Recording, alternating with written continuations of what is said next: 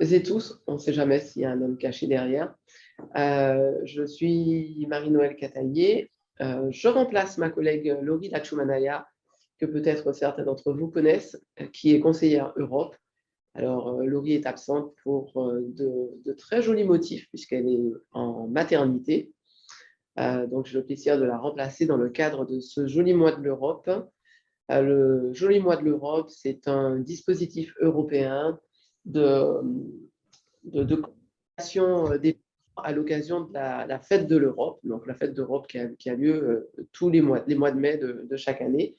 Et donc, la Chambre de commerce et d'industrie, faisant partie d'un réseau européen d'entreprises, évidemment, relaie des événements, évidemment, qui sont adaptés au contexte local.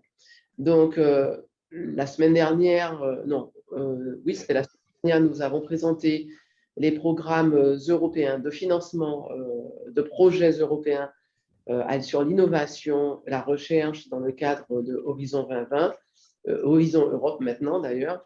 Et puis aujourd'hui, nous souhaiterions vous présenter le mentoring entrepreneurial, comment accueillir ou partir en immersion à l'international avec le dispositif Erasmus Jeune Entrepreneur. Alors, vous connaissez certainement le Erasmus étudiant. Il y a un système identique, en tout cas, vous allez le découvrir pour de jeunes entrepreneurs qui voudraient partir en immersion ou alors ceux qui voudraient accueillir de jeunes entrepreneurs chez eux. Voilà. Alors, pour les quelques règles pour ce webinaire, on va penser à couper les micros et les caméras. Si vous avez des questions, vous pouvez les poser dans le fil de conversation. On y reviendra à la fin. Et puis, le webinaire sera disponible en replay sur notre site www.martinique.cci.fr, y compris la présentation d'ailleurs. Donc, vous pouvez retrouver tout cela sur notre site. Alors, le dispositif Erasmus Jeune Entrepreneur, de quoi s'agit-il? Alors, je voulais préciser également que j'animerai ce webinaire, mais j'ai l'immense plaisir d'avoir avec moi Madame Elsie Arnaud, qui est jeune entrepreneuse et qui a eu l'occasion de la société Cerise Pays, que vous connaissez certainement. Elle va en dire deux mots tout à l'heure, puisque c'est bien de faire la promotion aussi des activités. Et elle va vous partager avec vous son expérience dans le cadre de ce programme d'échange, donc Erasmus Jeune Entrepreneur. Donc, de quoi s'agit-il? Donc, c'est un programme d'échange qui offre aux jeunes et aux futurs entrepreneurs la possibilité de se former auprès d'un entrepreneur chevronné, donc dirigeant d'une petite entreprise ou même d'une moyenne entreprise dans différents pays. Alors, ce programme est financé comme la Commission européenne, on va le voir. Ça fonctionne un peu comme les Erasmus étudiants. Et évidemment, nous participons à ce programme en tant qu'organisation intermédiaire et point de contact local. Nous faisons partie d'un consortium qui s'appelle un consortium constitué de plusieurs pays européens, donc, dont le chef de file est l'Espagne. Il y a des Portugais, des Hongrois, alors des Autrichiens, me semble-t-il. En fait, il y a plusieurs nationalités. Et dans le cadre de ce consortium, donc nous avons répondu à un appel à projet et nous sommes organisation intermédiaire. Donc, ça veut dire que nous pouvons recevoir des demandes d'entrepreneurs de territoires français chez nous. Pas uniquement de nos territoires, donc pas uniquement de la Martinique, mais ça peut être de la Martinique, de la Guadeloupe, de la Guyane, de la Réunion. Alors, la Réunion, comme c'est loin, évidemment, en général, on s'adresse à des territoires qui sont un peu proches, mais également de la France métropolitaine. Alors, comment ça fonctionne et quels sont les acteurs? Donc, vous avez au sommet de la pyramide, évidemment, la Commission européenne, donc qui assure la bonne mise en œuvre et le financement, en tout cas, de ce programme et qui évalue l'impact. Elle donne aussi son accord pour le versement de la bourse qu'elle va donner par anticipation à l'organisation intermédiaire, à charge pour elle de pouvoir de gérer et de payer les Erasmus. Les organisations intermédiaires, donc cette Commission européenne s'appuie sur des organisations telles qu'une chambre de commerce ou d'autres, d'autres institutions peuvent postuler en tant qu'organisation intermédiaire. Et donc, nous sommes chargés de la mise en œuvre opérationnelle du dispositif, donc avec la promotion. Donc, nous avons un budget dédié à la promotion du dispositif, au recrutement des entrepreneurs et au suivi des échanges. Et puis, il y a les entrepreneurs eux-mêmes. Donc, alors on dit de jeunes entrepreneurs, alors on va voir que ce n'est pas au sens de l'âge, mais plutôt de jeunes créations, hein, âge d'entreprise. Donc, de nouveaux entrepreneurs, des entrepreneurs d'accueil. Donc, on a ce qu'on appelle les NE, les New Entrepreneurs, donc ceux qui vont en échange, et les Host Entrepreneurs, donc les entrepreneurs d'accueil, donc ceux qui reçoivent. Donc, et donc, ces entrepreneurs qui partent en entreprise d'accueil reçoivent une bourse Erasmus pour leur échange. Alors, pourquoi participer à ces échanges? Évidemment, ce sont des arguments. Pour les nouveaux entrepreneurs, c'est pour acquérir des compétences indispensables à la bonne gestion d'une entreprise, pour avoir un retour d'expérience dans le même domaine, par exemple, ou pour se perfectionner dans un domaine technique, par exemple. Et puis, pour l'entreprise d'accueil, alors déjà, c'est aussi un acte assez citoyen, mais c'est aussi pour bénéficier d'un autre regard, d'un regard plus jeune, neuf, en tout cas, sur son entreprise, mais c'est également coopérer, donc participer à un projet donc de l'entreprise et bénéficier de cette ressource humaine finalement que l'entrepreneur d'accueil ne va pas payer. Donc, c'est aussi l'occasion d'avoir des partenariats avec les étrangers et d'en savoir plus aussi sur de nouveaux marchés. Donc, en fait, pour rentrer dans le détail de qui peut participer, donc évidemment, ce sont des porteurs de projets en création d'entreprises ou des entreprises qui existent déjà mais qui sont de moins de 3 ans, ou alors un projet qui a un projet à potentiel international. Et puis, donc, c'est l'occasion justement de développer son réseau de contacts à l'étranger, puisqu'on va voir les pays dans lesquels on peut avoir ces échanges, acquérir des connaissances entrepreneuriales et puis découvrir un nouveau marché. Donc, tout ça en bénéficiant de ce support technique et financier de l'Union européenne à travers les organismes intermédiaires. Donc, on a parlé du new entrepreneur, donc le nouvel entrepreneur, le jeune entrepreneur. Et là, qui peut participer, c'est l'entrepreneur d'accueil, donc le host entrepreneur.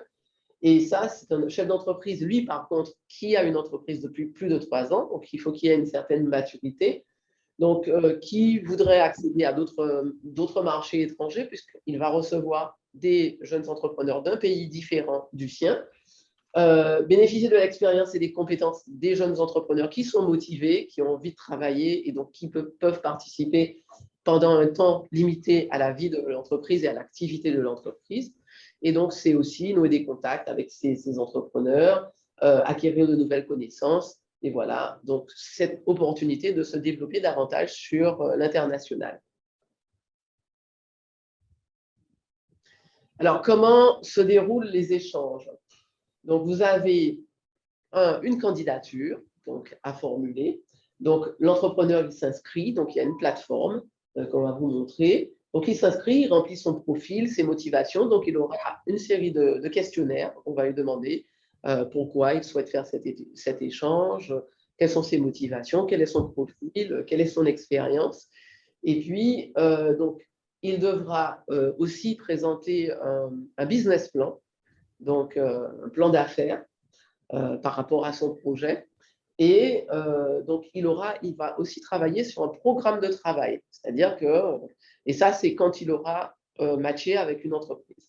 Donc, entre-temps, l'organisme intermédiaire va recevoir la demande de candidature, va étudier le profil, le business plan. S'il y a des remarques à faire parce que ce n'est pas assez suffisamment enrichi, il va faire des retours. Donc, il y aura quelques allées et venues pour s'assurer que la candidature, elle est bien renseignée, que le dossier est costaud, avant de passer donc à la partie recherche de l'entrepreneur. Donc, à ce moment-là, il y a la mise en relation avec un entrepreneur. Il existe des bases de données où vous avez des entrepreneurs d'accueil qui se sont inscrits Donc, on regarde d'abord dans la base, on regarde si on trouve dans la base un entrepreneur, ou alors on identifie dans ses contacts où on fait un choix, où on dit, voilà, moi j'aimerais bien avoir quelqu'un de cela, et à ce moment-là, on rentre en contact et on inscrit sur la base.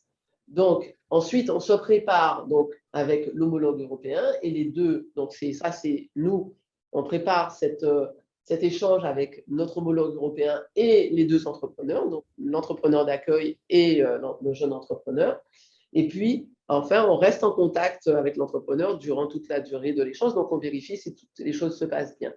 D'accord? Donc, la candidature, elle se dépose en ligne.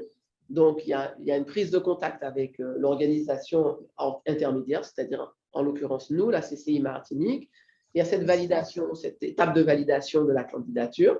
Et les critères, donc, pour pouvoir être éligible à ce dispositif, donc, il faut avoir sa résidence permanente dans un pays du programme. Alors, quand on dit résidence permanente, il y a quand même une petite souplesse, puisque, en fait, il faut résider au minimum, il faut avoir résidé au minimum 183 jours au cours des 12 derniers mois, d'accord, dans le pays.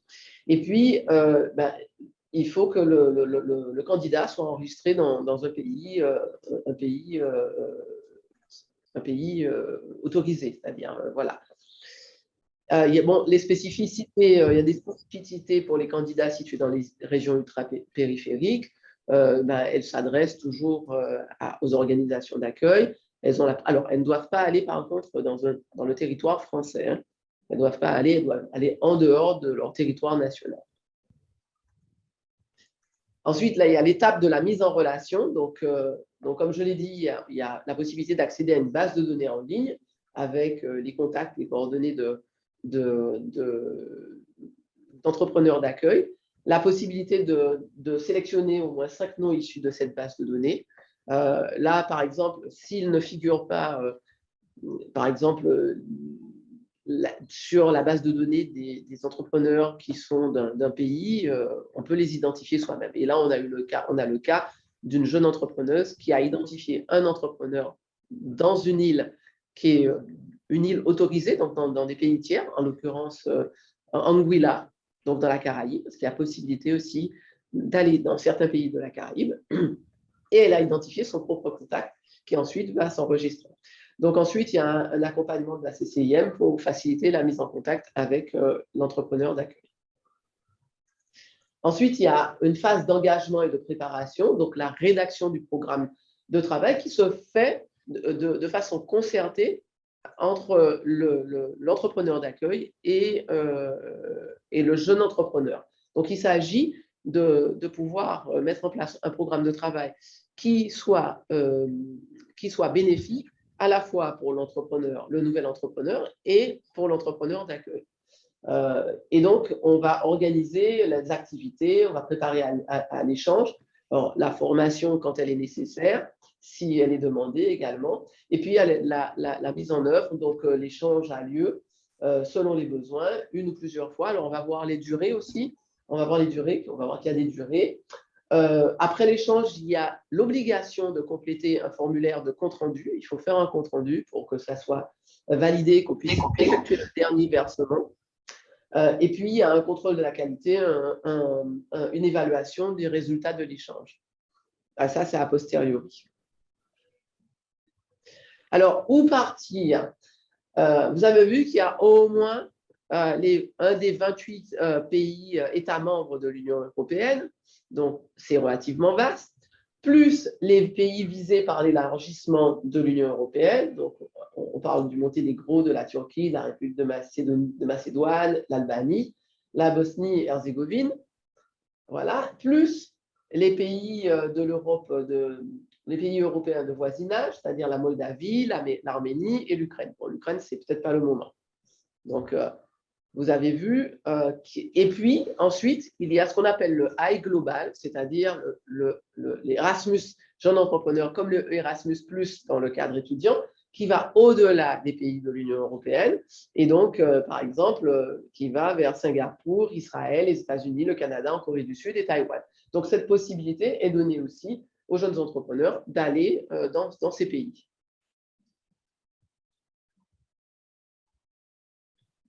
Alors, les modalités de l'échange, la durée déjà de l'échange. Donc, l'échange peut durer entre 1 et 6 mois et doit être effectué dans un délai maximum de 12 mois. Donc, bon, on est conscient que ce n'est pas un programme d'1 an, de 2 ans. Un programme, évidemment, ce sont des entrepreneurs, des porteurs de projets. Donc, il s'agit d'aller vite dans la formalisation de l'entreprise, dans le projet. Donc, alors, la moyenne, c'est plutôt 3 mois. On s'en aperçoit. La moyenne, c'est 3 mois. Mais il y en a beaucoup qui vont jusqu'à 6 mois quand ils ont vraiment besoin d'avoir cette expérience. Et puis, le séjour, il peut être fractionné en plusieurs fois.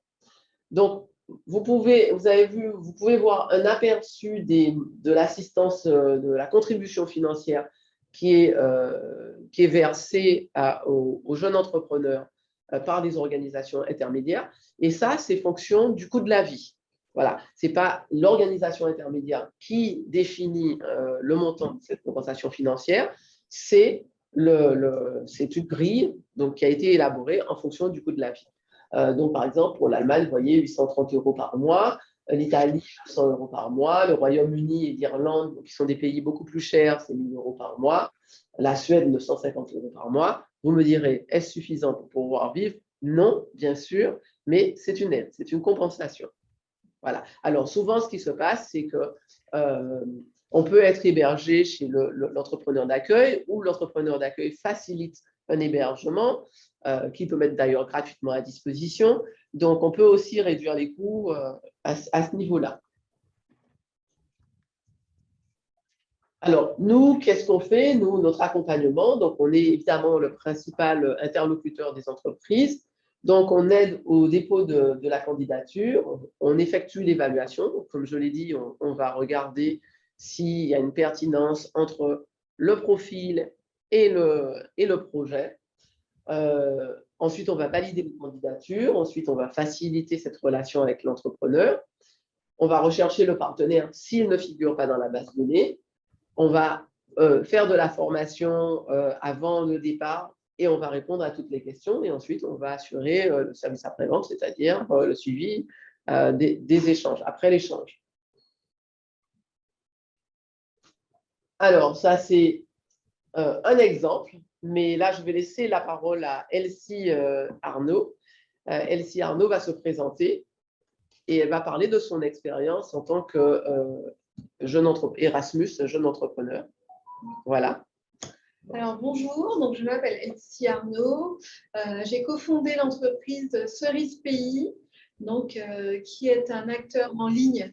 Donc nous vendons sur Internet et aussi en boutique physique des fruits et légumes exclusivement locaux, de l'épicerie fine locale, garantis donc sans chlordécone, sans pesticides, certains certifiés bio.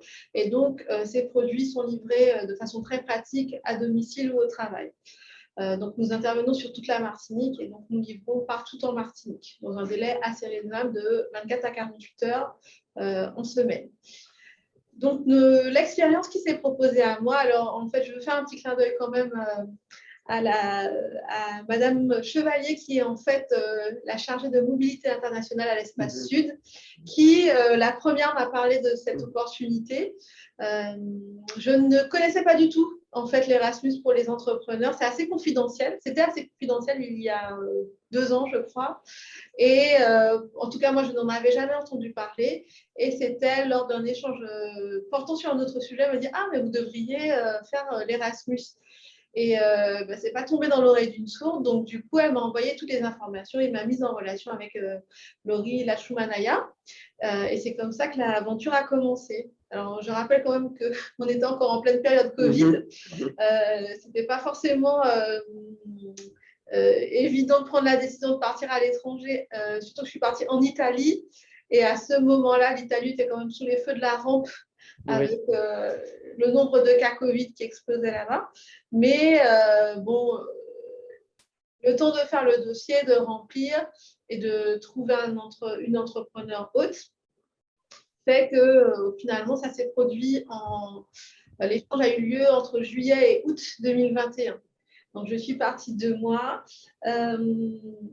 Alors, comme Madame Cataillé l'a dit, pour raconter un peu la jeunesse, donc ce qui est important, c'est que on remplit vraiment un profil assez complet en ligne. C'est très, très bien fait. On se présente, on parle de son CV, de son parcours, de ses expériences passées. Et puis, on parle aussi de l'entreprise qui a été créée. Donc, dans mon cas, elle existait déjà depuis 2 ans, puisqu'on a commencé l'activité en juillet 2019. Et donc, parler un peu des projets de développement, du business plan et de ce qu'on attend en fait de l'expérience d'échange. Et une fois que j'ai rempli ce profil, j'ai eu accès à la base de données. J'aime bien dire que ça ressemble à un site de rencontre en fait, où chacun met son profil, aussi bien les nouveaux entrepreneurs que les jeunes entrepreneurs que les entrepreneurs autres. Et en fait, en fonction de ce qu'on recherche, donc par exemple, on met déjà une présélection de pays souhaités. J'avais mis 3 ou 4 pays de mémoire. J'avais mis l'Italie parce que l'Italie est très connue dans le domaine de la slow food et donc ça me semblait intéressant de viser ce secteur-là, enfin ce pays-là plutôt. J'avais mis la Suède et puis je ne sais plus, peut-être Malte, je crois, ou la Grèce, non la Grèce. Et finalement, on a eu un match et une bonne connexion en fait avec Marine Hakim qui m'a accueillie, qui a une ferme agro-touristique bio en Toscane, donc la région est magnifique. Et tout de suite, ça a fait tilt entre nous. On a eu un premier entretien en visio, et on a eu un bon échange. Alors, j'ai oublié de préciser, et je ne crois pas que ça a été dit dans notre cas, sur la plateforme, tout se fait en anglais quand même, hein. C'est pas en français. Oui. Donc, ça ne nécessite pas d'être bilingue, je ne le suis pas, mais d'avoir quand même quelques bases pour pouvoir échanger et au moins remplir son profil. Et après, si vous parlez d'autres langues que le français, ou si votre entrepreneur hôte parle le français, par exemple, vous pouvez à ce moment-là choisir une langue d'échange et communiquer dans la langue où tous les deux être le plus à l'aise. Il s'avéra que mon entrepreneur hôte parlait anglais très couramment et du coup, on s'est entendu sur cette langue. Mais elle vivait en Italie depuis une vingtaine d'années, mais elle était russe de nationalité. Donc, une fois que ça s'est fait, la connexion s'est faite, on a rempli un contrat avec l'OI, l'organisme intermédiaire, donc la CCI, un contrat qui formalise en fait, qui conventionne en fait l'échange, que toutes les parties signent. J'ai une petite formation de quelques heures pour savoir ce qui était attendu de mon côté, ce que je devais attendre de l'échange. Voilà, on a contractualisé aussi la contrepartie financière pour cet échange. Et voilà, l'échange a été formalisé ainsi et je suis partie pendant 2 mois en Italie. Alors, ce qui est mon retour d'expérience, la première chose que j'ai envie de dire, c'est que c'est très bien. Dans mon cas, j'ai eu beaucoup de chance parce que je ne suis pas solopreneur. J'ai une activité familiale, donc je n'étais pas seule et je pouvais partir parce que c'est une activité digitale, mais qui nécessite quand même de la main-d'œuvre, de la présence. Et le fait d'être associée avec ma sœur, c'est elle qui a pris le relais de la gestion de l'entreprise sur place pendant mon absence. Donc, c'est un point à prendre en considération. Quand on a une activité digitale, par exemple, je ne sais pas, par exemple le graphisme ou les web designers ou les web développeurs, effectivement, il suffit juste d'avoir l'ordinateur et de l'embarquer avec soi. Quand on a une activité un peu plus, on va dire, traditionnelle, où on a des relations clients, on a des rencontres physiques parfois ou une activité de commerce, il faut prévoir de se faire remplacer sur place pour pouvoir assurer la continuité de l'activité même en notre absence. Donc ça, c'était le point important. Et donc, j'ai pu m'organiser en interne avec mon associé pour pouvoir m'absenter et continuer à travailler à distance malgré mon absence.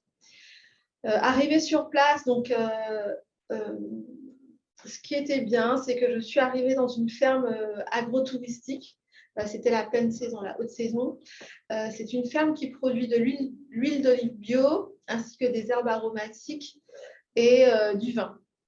Et ils ont aussi une activité de bed and breakfast où ils recevaient en fait des clients venus de toute l'Europe pour quelques jours, pour un séjour sur place.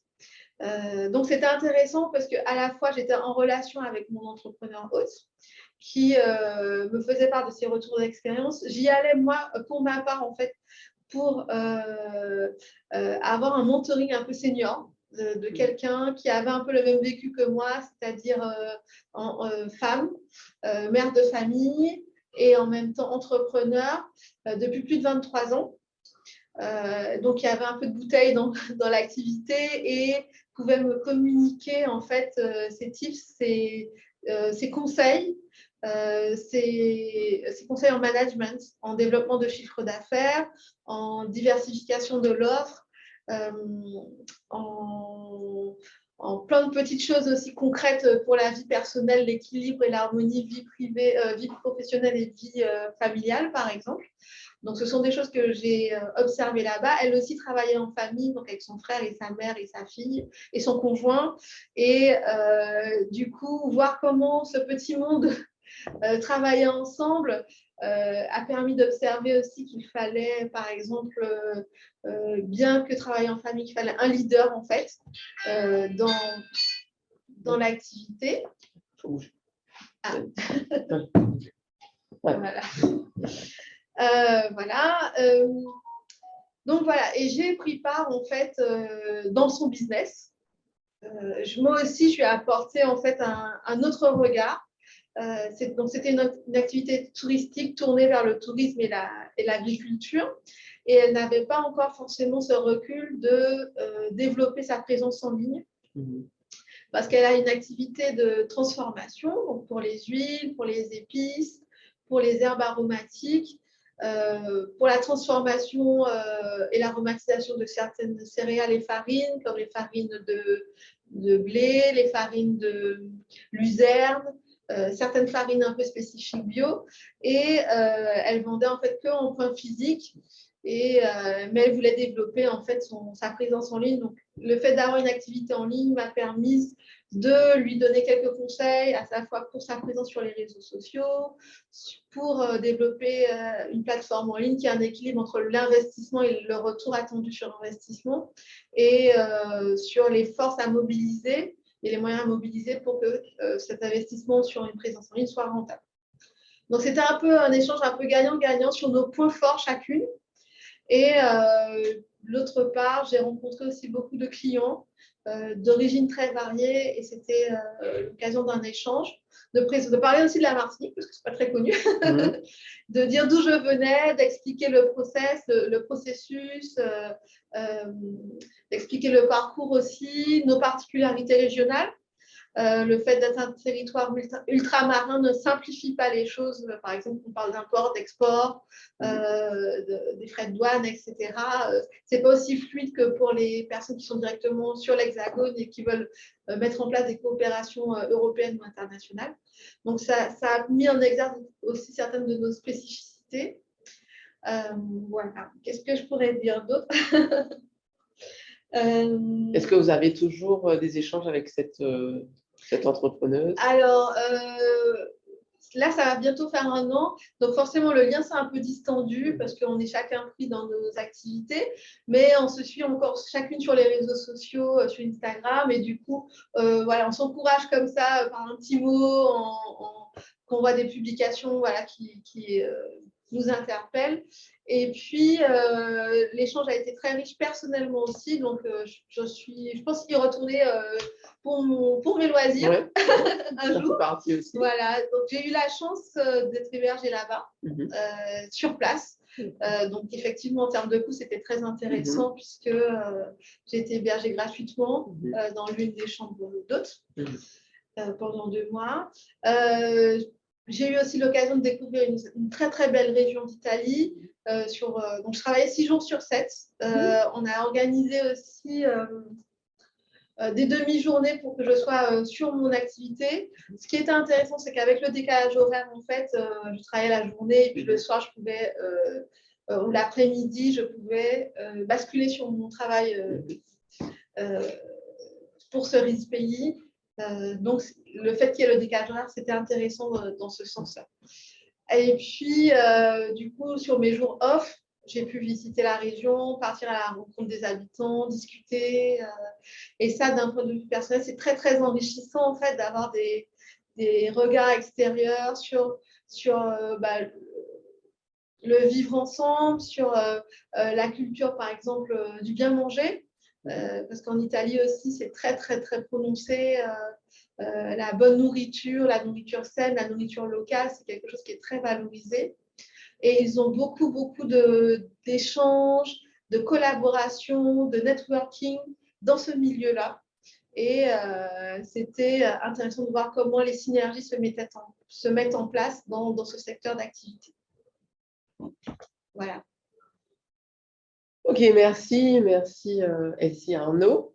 Alors, je vais juste préciser on devait avoir aussi le témoignage d'un entrepreneur d'accueil, d'ailleurs, qui est Frédéric, alors Fredonolulu, qui a une activité de surf, et lui qui avait accueilli une Italienne qui avait une agence de voyage. Alors, les Italiens sont ils sont assez réactifs, hein, visiblement.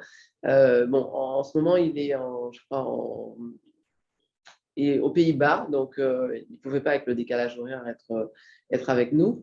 Mais ce sont des beaux exemples d'échanges avec des personnes de chez nous. On a eu d'autres, mais c'était avec des personnes de l'Hexagone.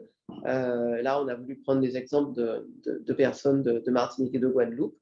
En tout cas, moi, j'ai une question à Elsie. Est-ce que vous auriez recommandé à des entrepreneurs de vivre cette expérience? Oui, alors pour plusieurs points. Le premier, c'est que ça permet, en tout cas, des entrepreneurs qui ont déjà lancé leur activité. Vous n'êtes pas sans savoir que quand on lance une activité professionnelle, enfin une entreprise, on est un peu la tête dans le guidon. On fait presque ça, quoi, à penser à son business, à penser à tout ce qu'il y a à faire au quotidien, à comment progresser, comment s'améliorer, comment développer les affaires, le chiffre d'affaires, etc. Et c'était, comment dire, un pas de côté qui était très bénéfique parce que j'ai retenu une chose, en fait, de cet échange, c'est que ce n'était pas un sprint, mais un marathon. Et parce que souvent, au début, on est en dépression, on veut vite les résultats, vite une croissance exponentielle, je dirais. Bon, bien sûr, il y a les factures qui rentrent, donc il faut payer, mais on est un peu, surtout moi, c'était ma première expérience entrepreneuriale, c'est toujours. Et donc, du coup, on fait, mais en même temps, on apprend. Hein. Et ce qui était intéressant, c'est d'être confronté à quelqu'un qui avait déjà 20 ans d'expérience dans son entreprise, qui est parti de presque rien aussi et qui a, année après année, comment dire, maintenu, pérennisé son activité, moderniser l'activité, s'adapter. Par exemple, que la ferme, elle est complètement autonome en termes d'énergie. Donc, c'était une ferme bio, mais vraiment tout ce qui est économie d'énergie, récupération, économie circulaire, etc. C'était très, très inspirant pour moi, en tout cas, qui souhaite aller dans cette direction aussi. Vraiment, c'était hyper enrichissant donc, de faire ce pas de côté en disant, OK, pour atteindre ce point-là ou cet objectif-là, il faut passer par ces étapes-là. Il ne faut pas être trop pressé d'y aller, mais avoir gardé la persévérance et en même temps la motivation au long cours. Voilà. Donc, c'était intéressant. Et puis, l'autre point, c'est que sortir de sa zone de confort, c'est toujours intéressant pour en apprendre plus sur soi-même. Ah, ça c'est bien dit, sortir de sa zone de confort. C'est vrai que quelquefois, on a un peu des réticences à aller à l'extérieur, déjà parce que quelquefois on estime qu'il y a une barrière de la langue. C'est pas tout le monde qui... Alors c'est vrai que dans la plupart de ces échanges-là, l'anglais, c'est la langue utilisatrice, hein, la langue la langue commune à tous ces pays, puisqu'on a bien vu la diversité de pays. Donc, entre l'Allemagne, l'Italie, l'Espagne, évidemment, on ne peut pas parler toutes ces langues. Par contre, l'anglais réuni. Et c'est vrai que souvent, on a du mal, enfin, en tout cas, les jeunes entrepreneurs ont du mal à sortir. Et puis, des fois, c'est la crainte de quitter son quotidien, parce qu'effectivement, on a le nez dans le guidon, quitter son quotidien, faire le pas de côté, justement, pour pouvoir se prendre un petit moment de recul et en apprendre d'autres. Alors, j'ai bien retenu l'expression sur le dispositif Erasmus qui était un peu confidentiel. Alors, nous, on n'a pas eu le sentiment que ce dispositif ait été confidentiel. On a multiplié beaucoup auprès déjà de nos partenaires des présentations. Il y a 2 ans, hein. Oui, même il y a 2 ans. Ah oui. C'est pas d'aujourd'hui qu'on a commencé le dispositif Erasmus. C'était même depuis 2017. Depuis 2017, on en fait la promotion. Donc, on a fait des présentations d'ailleurs sur le campus, même si ce n'est pas la cible, mais ça pouvait être pour des porteurs de projets, dans les écoles de commerce. On l'a fait à côté au village Baïséa. On l'a fait à chaque fois quand on organise des formations, les vendredis de la création et des formations 5 jours pour entreprendre.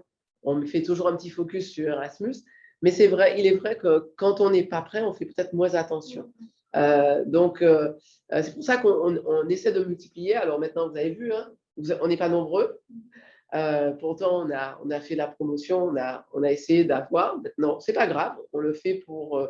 c'est autant de personnes qui sont susceptibles d'utiliser le dispositif et ensuite qui sont des prescripteurs de ce dispositif, donc par le bouche à oreille, qui pourront dire ben, « moi, j'ai vécu une belle expérience ». Donc, on continue, on poursuit notre travail d'information et de sensibilisation sur le dispositif parce que nous croyons que c'est une vraie opportunité pour nos entrepreneurs déjà de se rapprocher, d'être plus proche de l'Europe et de percevoir l'intérêt de l'Europe différemment que sur une approche juste de subvention et de voir vraiment ce que la communauté européenne peut apporter et peut nous apporter, nous, en tant qu'Européens, puisqu'on est quand même Européens. Mais aussi, c'est pouvoir être plus performant et augmenter cette compétitivité qui nous fait défaut quelquefois et donc aller de l'avant, avoir un autre regard, avoir quelqu'un qui a un autre regard et qui peut nous guider, nous donner des conseils. Donc, on continue ce travail de notre pèlerinage sur le Erasmus en espérant qu'on ait de plus en plus d'entrepreneurs, comme le dispositif Erasmus étudiant. Au début, j'imagine qu'il ne devait pas y avoir beaucoup de candidats à l'appel, parce que c'est toujours ça, hein, quand on va à l'extérieur, effectivement, on sort de sa zone de confort, on sort de son environnement, celui qu'on connaît, et on va dans un environnement qu'on ne connaît pas. Donc, ça peut être compliqué. Donc, voilà. Est-ce que vous avez des questions, des interrogations ? Vous avez Elsie Arnaud qui est là, qui a été dans la pratique, donc il peut répondre à vos questions. Bon, moi, je peux répondre sur la partie plus administrative. Donc, franchement, comme on n'est pas nombreux, vous pouvez désactiver votre micro et prendre la parole.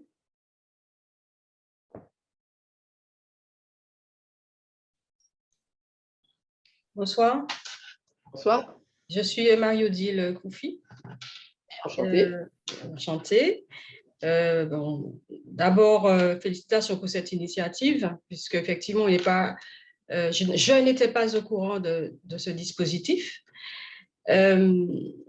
Néanmoins, j'ai effectivement aussi participé à un dispositif similaire dans le cadre du Pôle emploi. En tant que demandeur d'emploi. Donc, effectivement, je suis partie avant, effectivement, Covid, en 2019, par le biais d'Erasmus, 3 mois en Espagne. Donc, c'était dans le cadre, effectivement, d'une reconversion professionnelle. Et donc, l'objectif, c'était de rencontrer, enfin, de travailler aussi dans une entreprise qui répondait à mes attentes en termes de reconversion professionnelle. Donc, l'expérience a été très, très positive pour moi, même si, évidemment, quand il s'agit de sortir de sa zone de confort, des fois, ce n'est pas évident, enfin, concernant les objectifs, ils ont été atteints. C'est ce qu'il faut en tirer. Et surtout, la langue, à la limite, 3 mois, c'était même, je me suis dit, j'aurais dû rester 6 mois. Mais bon, la famille appelant, c'était pas évident de rester plus. Donc, pour les entreprises, j'ai une question. Est-ce que donc, les entreprises se trouvent essentiellement en Europe, c'est ça? Alors, j'ai montré, oui, comme j'ai montré plusieurs pays, en tout cas les 28 en tout cas, pays de l'Union européenne, plus des pays européens de voisinage, de la politique européenne de voisinage. Donc, je vous ai cité Moldavie, etc. Plus, je vous ai parlé du High Global. Donc, c'est comme un Erasmus+. C'est-à-dire qu'on va au-delà de l'Union européenne. Et là, j'ai cité Israël, le Canada, les États-Unis, et je me souviens des autres. Singapour, Taïwan, voilà. D'accord. Mm. D'accord. Alors, une deuxième question. Vous ne pouvez pas aller dans l'Hexagone. Vous ne pouvez pas aller dans l'Hexagone parce que c'est le territoire national. Donc, il faut aller en dehors de votre territoire. D'accord. Une autre question concernant la bourse. Est-ce que vous avez déjà une idée de la destination? Je parle en termes juridiques. Est-ce qu'elle va à la personne physique ou à la personne morale? Et de combien il s'agit, en fait, en termes d'aide? En fait, ce que je veux savoir, est-ce qu'effectivement, évidemment, il faudrait mettre de l'argent de côté, puisque bon, moi, je l'ai fait dans le cadre d'Erasmus Pôle emploi.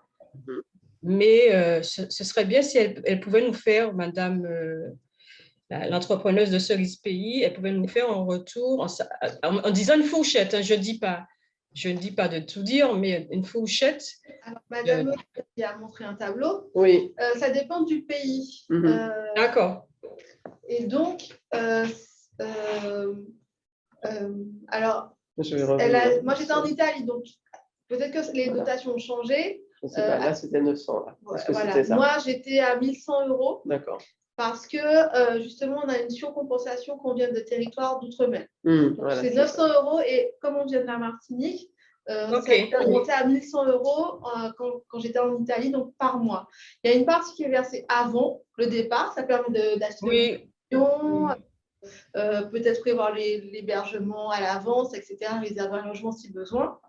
Et ensuite, c'est dans la convention qui est signée, on décide qu'on verse soit en début de mois suivant, soit en milieu de période. Ça dépend en fait de… Ça, c'est assez souple quand même. Quand j'avais eu le cas, on m'avait demandé, moi, les dates souhaitées pour les versements des fonds. La contrepartie, évidemment, c'est de faire le séjour dans la totalité, puisque si vous arrêtez l'Erasmus en cours, vous êtes redevable des sommes versées. Voilà. Et c'est versé à la personne physique et non à l'entreprise, pour répondre à votre question. Donc, la somme était versée directement sur mon compte bancaire personnel et non sur le compte de l'entreprise. D'accord. J'avais une autre question, c'est et dans les pays justement limitrophes, enfin les autres pays qui font pas partie de l'Europe, qui font partie de l'autre groupe, c'est la même compensation financière? Non, non. Il y a en fait, alors on l'a pas mis, on a mis que quelques exemples. Mais par exemple, on pourra vous dire, par exemple, pour les États-Unis, c'est quel montant financier. C'est en fonction du coût de la vie. Donc, j'ai bien compris, voilà. Que, par exemple, pour les États-Unis, alors je ne l'ai pas en tête parce qu'on n'a pas eu de départ sur les États-Unis, ça peut être par exemple 1000 et avec une surévaluation par rapport au fait coût de la vie. D'accord. qu'on soit des DOM. Alors, j'ai cru comprendre que c'est nous qui réservons les logements. Alors, pour ma part, je n'avais pas… le logement était réservé par le dispositif Erasmus Pôle emploi. Donc, on n'avait pas réservé de logement. Donc, est-ce qu'il s'agit de la même chose ou pas? Non, c'est à vous de gérer en fait votre séjour avec votre entrepreneur hôte éventuellement, qui peut soit vous héberger si c'est possible, soit vous conseiller un lieu d'hébergement. Mais c'est en fait l'organisme intermédiaire vous verse la somme, c'est à vous de gérer l'achat de vos billets d'avion, tout l'hébergement, etc. Et il faut garder les factures. que vous Ah ouais, d'accord. Ok. à votre interlocuteur ou interlocutrice pour justifier en fait des sommes. Alors pas tout, hein, mais par exemple les cartes d'embarquement, si vous avez loué une voiture, la facture de la location de voiture, etc. Juste pour qu'il y ait une justification des frais, mais pas dans leur globalité. Donc, on avance quand même une somme. Pas du tout, puisque, enfin, vous pouvez avancer une partie, mais en tout cas, vous pouvez vous organiser pour qu'une partie de la somme soit versée avant le départ. D'accord. Dans mon cas, par exemple, je suis partie, l'Erasmus a commencé en juillet, mais pour que je puisse acheter les billets d'avion en avance et pas attendre au dernier moment, j'ai une première partie de la somme début juin. D'accord. Acheter le billet et enfin les frais de payer, assurer une partie des frais de transport. D'accord. Je n'ai pas eu à avancer d'argent spécifiquement de ma poche à ce moment-là. D'accord. Ok, ben j'ai fini pour mes questions. Mais en tout cas, merci pour le retour d'expérience. Je vous en prie. Est-ce qu'il y a d'autres questions? Non? Vous avez un projet d'entreprise? Je suis déjà en entreprise. D'accord. Donc, ça m'intéresse gentil. J'ai fait l'échange personnel l'année dernière. D'accord. J'ai fait 6 mois sur Saint-Valentin. D'accord. Et c'était pas du tout. D'accord. C'était vraiment personnel. D'accord. J'ai tout fait. D'accord. Donc là, vous savez que maintenant, il y a la possibilité d'être aidé. Et il y a un certain nombre de pays dans la Caraïbe qui sont aussi des pays tiers, ceux dans lesquels on peut aller. Donc, par contre, c'est vrai que souvent, il n'y a pas, enfin, les entrepreneurs d'accueil, il n'y en a pas beaucoup. Il faut aller les chercher, par contre. Il n'y en a pas beaucoup dans la base de données. Donc voilà. Mais c'est cette possibilité, c'est relativement flexible. Et voilà, on est. Donc, nous, on a eu une somme pour un certain nombre d'entrepreneurs, de nouveaux entrepreneurs. Là, notre budget est quasiment terminé, voire terminé. Mais comme on est dans un consortium, et là, ça nous est arrivé récemment, quand on a des demandes, on va chercher dans le budget des autres membres. S'ils n'ont pas dépensé, on a la possibilité de compenser et d'aller chercher un peu de budget auprès des autres membres du consortium. Voilà, jusqu'à ce que le programme se termine. Et après, nous, on doit resoumettre ou répondre à nouveau à un nouvel appel à projet en tant qu'organisme intermédiaire. Donc, voilà. Alors, donc, pour terminer, on avait déjà dit ça. Oui, excusez-moi, juste une dernière question. Est-ce que le projet, comme madame, doit être déjà en cours, abouti, ou est-ce qu'il peut être vraiment un projet? C'est quoi?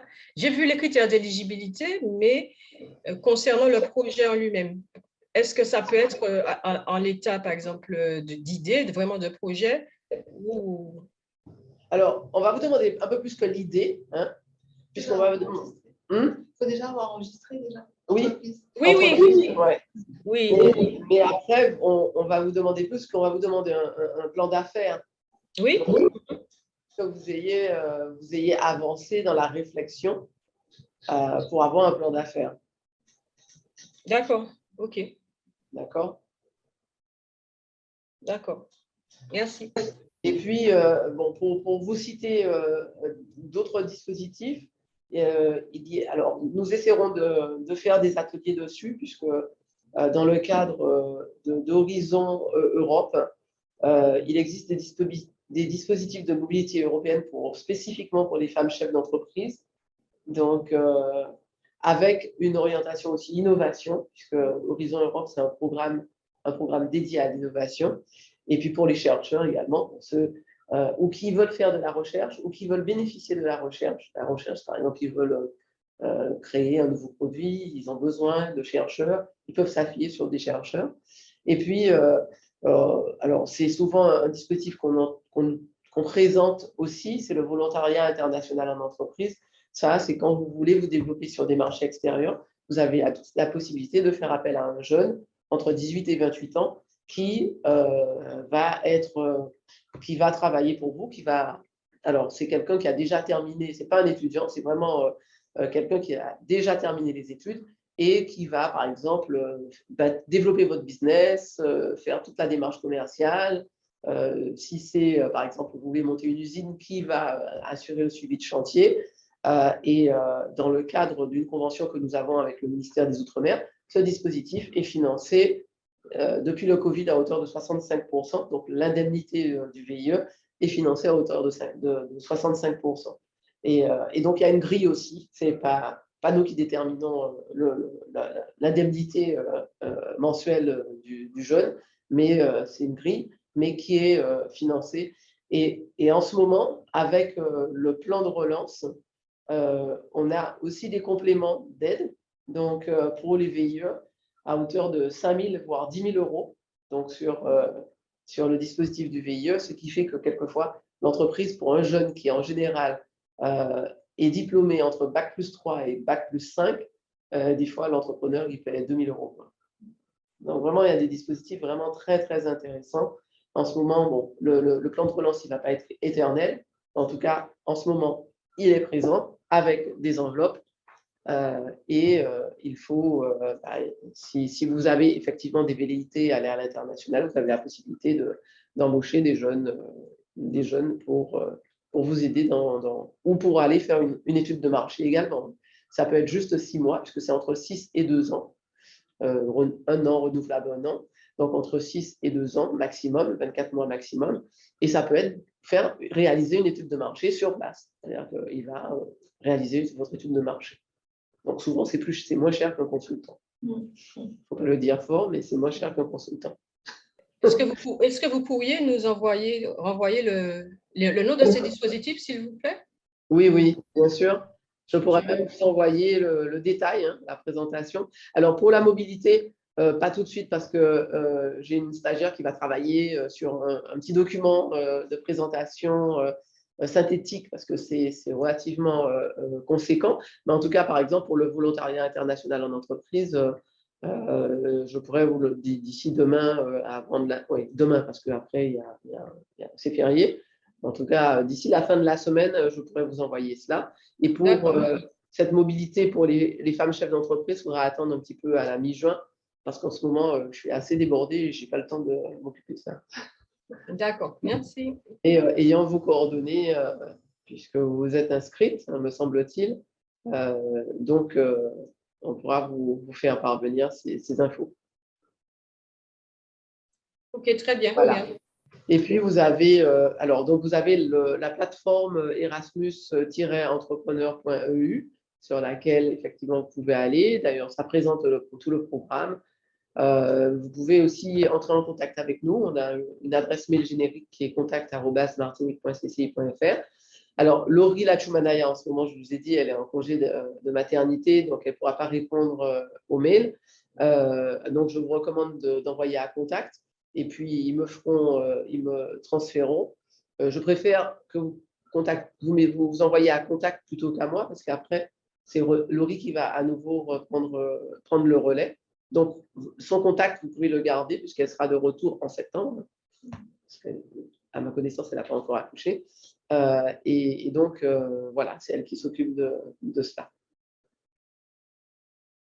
Donc, si jamais vous avez d'autres questions, n'hésitez pas, puisque on est en petit comité et nous avons la chance d'avoir Elsie Arnaud qui a vécu son expérience d'échange.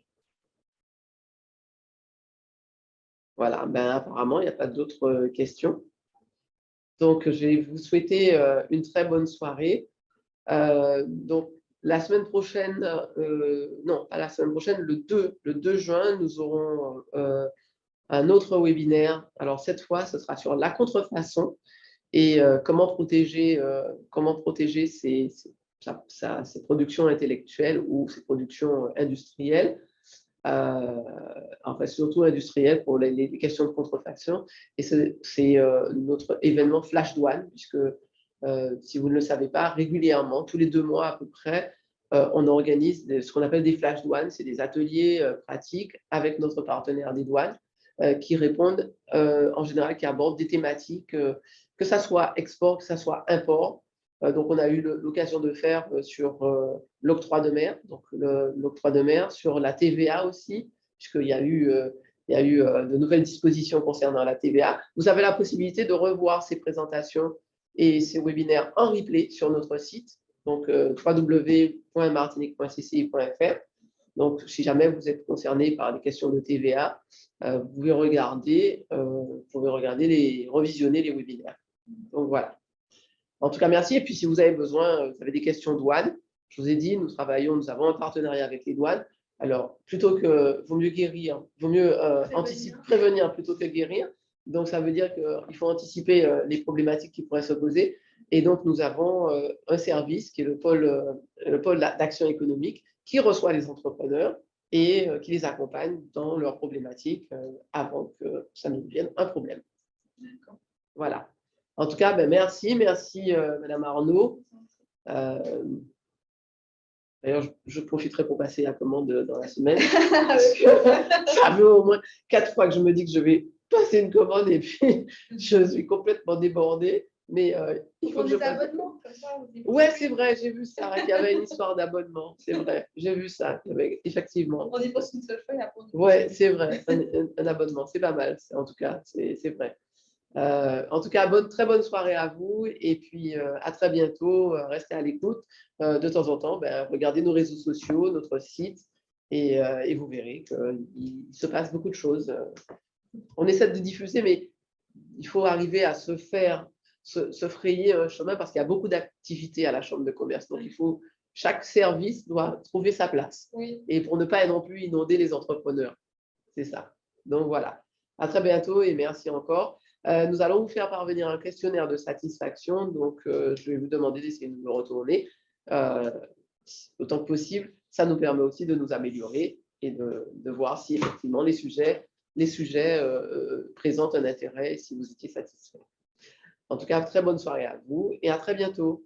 Au revoir. L'esprit gagnant. CCI Martinique.